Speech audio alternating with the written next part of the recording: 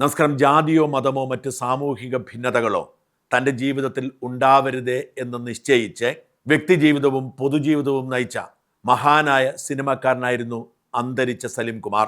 ജാതിയില്ലാത്ത പേരായിരുന്നു സലിം കുമാറിന് പിതാവ് നൽകിയതെങ്കിൽ മക്കൾക്കും ചരിത്രത്തോടും ഐതിഹ്യത്തോടും ചേർന്ന് നിൽക്കുന്ന പേര് നൽകി സലിം കുമാർ ആ കടപ്പാട് പൂർത്തിയാക്കി.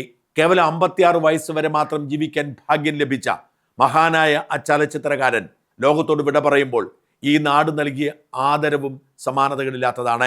സലിം കുമാറിന്റെ കരിയറിൽ നിർണായകമായി മാറിയ പറവൂർ ടൗൺ ഹാളിലേക്ക് ഇന്നലെ രാവിലെ 9:15 മൃതദേഹം എത്തുമ്പോൾ ആയിരക്കണക്കിന് മനുഷ്യരായിരുന്നു കണ്ണീരോടെ അന്ത്യാഞ്ജലി അർപ്പിക്കാൻ തടിച്ചുകൂടിയത്. സാംസ്കാരിക സിനിമാ മന്ത്രി PC വിഷ്ണുനാഥിന്റെ നേതൃത്വത്തിൽ ഭരണസംഘം അവിടെ നിലയുറപ്പിച്ചിരുന്നു അന്തിമോപചാരം ഭംഗിയാക്കാൻ. രാഷ്ട്രീയ സാമൂഹിക രംഗത്തെ നിരവധി മനുഷ്യർ ഒഴുകിയെത്തി. മതചടങ്ങുകൾ ഒന്നുമില്ലാതെ മക്കൾ ചിതയൊരുക്കി ആ മനുഷ്യനെ അഭിമാനകരമായ വിട നൽകി. സോഷ്യൽ മീഡിയയിൽ അനേകം തവണ മരിച്ച സലിം കുമാർ ശരിക്കും മരിക്കുമ്പോൾ ഔദ്യോഗിക ബഹുമതികളോടെ ആദരവോടെ ഈ നാട് അദ്ദേഹത്തിന് വിട നൽകി.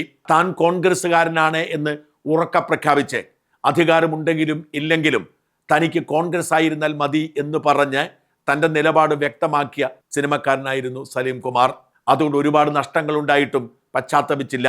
തൻ്റെ രാഷ്ട്രീയം നേട്ടത്തിന് വേണ്ടിയല്ല എന്ന് പറഞ്ഞ മനുഷ്യൻ പിണറായിയുടെ 10 വർഷത്തെ ദുർഭരണം അവസാനിപ്പിക്കാൻ ഒടുവിൽ ആരോഗ്യമില്ലാതിരുന്നിട്ടും സ്റ്റേജുകളിൽ പോയി പ്രസംഗിച്ചു. പിണറായി എന്ന അധികാര കേന്ദ്രത്തെ കണക്കറ്റ് പരിഹസിച്ചു. ആ പരിഹാസത്തിന് ഫലം കാണുകയും ആ ഫലം തിരിച്ചറിയുകയും ചെയ്ത് അതിന് നേതൃത്വം കൊടുത്ത തൻ്റെ ഉറ്റ സുഹൃത്ത് VD സതീശനെ അഭിനന്ദിച്ചതിന് ശേഷമായിരുന്നു സ്വതന്ത്രമായി മണ്ണിൽ നിന്നും ശരീരം വെടിഞ്ഞത്. ഇന്നലത്തെ ചടങ്ങ് പതിവ് പോലെ സെലിബ്രിറ്റികൾ മരിക്കുമ്പോൾ ഈ നാട്ടിൽ സംഭവിക്കുന്ന വിവരക്കേടുകളുടെയും നാണക്കേടുകളുടെയും തനി ആവർത്തനം ആരംഭിച്ചു. ചാനൽ ക്യാമറകൾ മാത്രമല്ല, ആയിരക്കണക്കിന് യൂട്യൂബർമാർ അവരുടെ കയ്യിലിരിക്കുന്ന മൊബൈലും മറ്റു കുന്ത്രാണ്ടങ്ങളുമായി അവിടേക്ക് ഇടിച്ചു കയറി.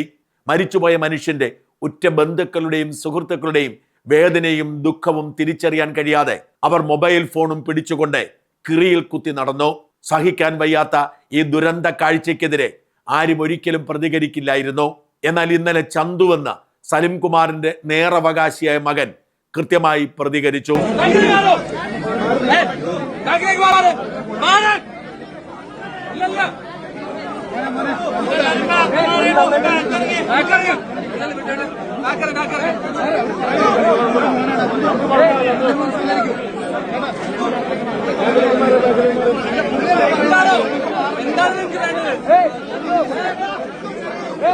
നിങ്ങൾക്ക് എന്തു വേണം, ഒന്ന് മാറി നിൽക്കൂ എന്ന് ചന്തു പൊട്ടിത്തെറിച്ചു പറഞ്ഞപ്പോൾ ആർക്കും മറുപടിയില്ലായിരുന്നു.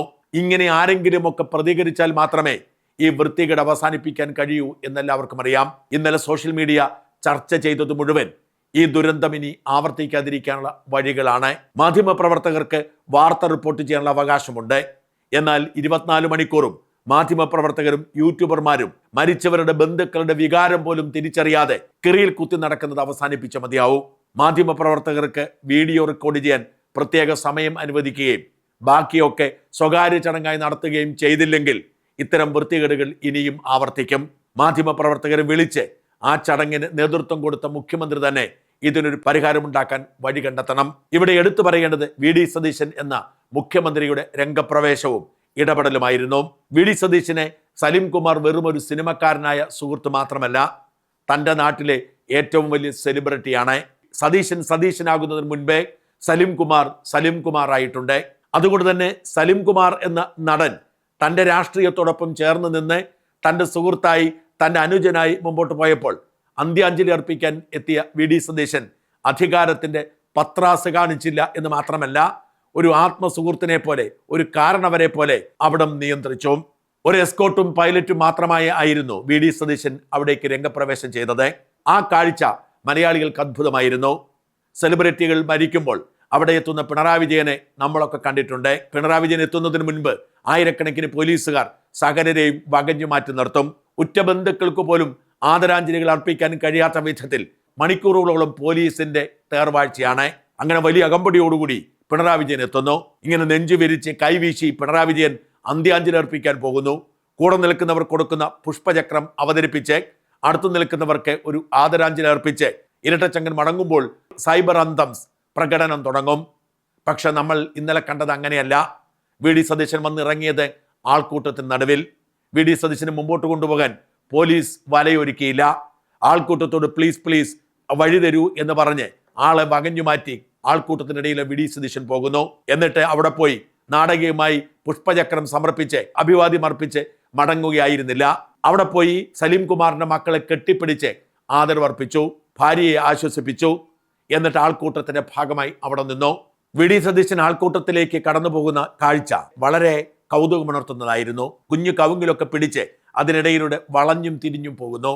അതിനിടയിൽ ഔചിത്യബോധമില്ലാത്ത ഒരു പ്രവർത്തകൻ ഒരു ഷാളുമായി എത്തുകയാണ്. ആ ഷാൾ അപ്പോൾ തന്നെ തിരസ്കരിക്കാൻ, ദേഷ്യപ്പെടാൻ സതീശന് കഴിഞ്ഞത് വലിയ ഔചിത്യബോധവും സാമാന്യബോധവും ഉള്ളത് കൊണ്ടാണ്. ഉറ്റ സുഹൃത്തിന് അന്ത്യാഞ്ജലി അർപ്പിക്കാൻ ചെല്ലുമ്പോൾ ഷാൾ അണിയിക്കാൻ വന്ന ഔചിത്യബോധമില്ലാത്ത പ്രവർത്തകനോട് ഇങ്ങനെ തന്നെയാണ് പെരുമാറേണ്ടത്. ഇതും ഒരു പക്ഷെ നാളെ സതീശന്റെ അഹങ്കാരം എന്ന തരത്തിൽ അന്തംകമ്മികൾ പ്രചരിപ്പിക്കുമായിരിക്കും. പക്ഷേ സതീശന്റെ മികവിന്റെ സാമാന്യബോധത്തിന്റെ ഉദാഹരണമായി ഇത് ചരിത്രത്തിൽ രേഖപ്പെടുത്തപ്പെടുമെന്ന് തീർച്ച. അവിടുത്തെ ആൾക്കൂട്ടത്തിനെ നിയന്ത്രിക്കാൻ ആർക്കും കഴിയാതെ വന്നപ്പോൾ, മകൻ പോലും പൊട്ടിത്തെറിച്ച സാഹചര്യമുണ്ടായപ്പോൾ സാക്ഷാൽ മുഖ്യമന്ത്രി തന്നെ രംഗത്തിറങ്ങി മാറി നിൽക്കൂ എന്ന് പറഞ്ഞ് ജനത്തെ നിയന്ത്രിച്ചു.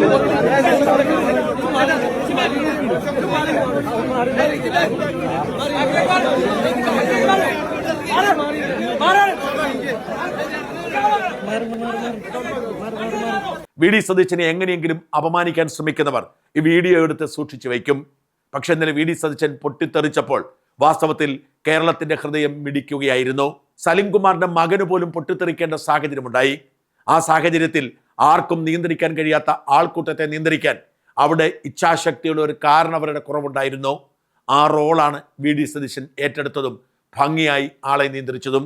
അല്ലെങ്കിൽ എന്താകുമായിരുന്നു അവിടുത്തെ അവസ്ഥ? കേരളത്തിന്റെ മുഖ്യമന്ത്രിയാണ് എന്ന് വിസ്മരിച്ചുകൊണ്ട് ആൾക്കൂട്ടത്തിനിടയിൽ നിന്നുകൊണ്ട് കാരണവരെ പോലെ നിയന്ത്രിക്കുക മാത്രമല്ല, തൻ്റെ സുരക്ഷയെക്കുറിച്ച് അല്പം പോലും ആശങ്കയില്ലാതെ ആ ജനക്കൂട്ടത്തിന്റെ ഭാഗമായി മാറിയ വി ഡി സതീശൻ തന്നെയാണ് യഥാർത്ഥ ഹീറോ. അങ്ങനെ ആൾക്കൂട്ടത്തിനിടയിൽ നിൽക്കാനുള്ള ആത്മവിശ്വാസം, ജനങ്ങൾ എൻ്റെ സുഹൃത്തുക്കളാണ്, എന്നോട് ജനത്തിന് വിരോധമില്ല, ശത്രു രാഷ്ട്രീയ പാർട്ടിയിൽ ഉള്ളവർക്ക് പോലും തന്നെ ആദരവാണ് എന്ന ആത്മവിശ്വാസമാണ് ഒരു ഭരണാധികാരിയുടെ അടിത്തറ.